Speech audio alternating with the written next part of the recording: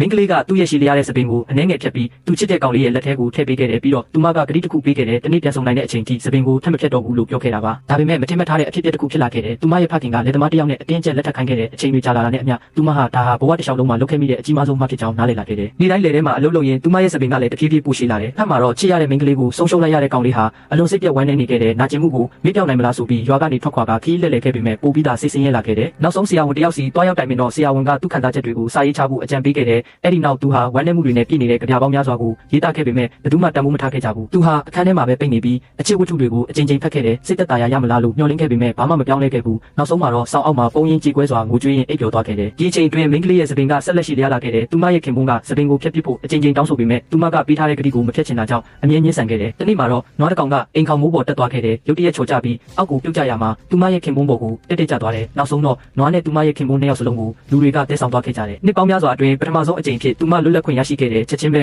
သူချစ်ရတဲ့ကောင်လေးစီစားတဆောင်ရေးပြီးစားဖို့သမားလက်ထဲအပ်လိုက်တယ်ဒါပေမဲ့လမ်းမှာစားအိတ်ထဲကမတော်တဆကျသွားခဲ့တယ်နေတိုက်လာတာနဲ့စိတ်အုပ်တအုပ်စီလွင့်သွားပြီးစိတ်တွေကအစားအစာထင်ကစားပစ်လိုက်ကြတယ်ဒီအကြောင်းကိုမင်းကလေးကလုံးဝမသိခဲ့ဘူးသူမဟာကောင်လေးစီကစားပြန်လာမဲ့နေ့ကိုနေတိုင်းမျှော်လင့်ဆောင်နေခဲ့ပေမဲ့ဘယ်တော့မှမရောက်လာခဲ့ဘူးအချိန်တွေကြာလာတာနဲ့အမျှသူမရဲ့စပင်ကပိုပြီးရှည်လျားလာလို့ကလေးတချို့တောင်ဝိုင်းကူပြီးထိမ့်သိမ့်ပေးရတဲ့အထိဖြစ်လာခဲ့တယ်တနေ့မှာတော့သူမအလွန်လေးစားတဲ့စာရေးဆရာကွယ်လွန်သွားကြောင်းသတင်းကြားခဲ့တယ်အဲ့ဒီစာရေးဆရာကြောင့်ပဲသူမနဲ့ကောင်လေးစတင်ဆုံးတွေ့ခဲ့ကြတာဖြစ်တယ်စပင်ရှိကြီးကတွာလာရခက်ခဲစေခဲ့ပေမဲ့သူမဟာအတုပအခမ်းအနားကိုတက်ရောက်ဖို့ဆုံးဖြတ်ခဲ့တယ်တစ်ဖက်မှာတော့ကောင်လေးလည်းအဲ့ဒီအတုပကိုရောက်လာခဲ့တယ်ဆူတောင်းနေကြတဲ့လူအုပ်ကြားကိုဖျက်လျှောက်သွားပြီးနောက်ဆုံးမှာတော့သူချစ်ရတဲ့မင်းကလေးကိုပြန်တွေ့ခဲ့တယ်သူဟာမင်းကလေးကိုတင်းတင်းကြပ်ကြပ်ဖတ်ထားလိုက်တယ်အဲ့ဒီနောက်နှစ်ယောက်သားတိတ်ကနာကျင်မှုတွေကိုထားခဲ့ပြီးဘဝတစ်ခုကိုအတူတကွစတင်ခဲ့ကြတယ်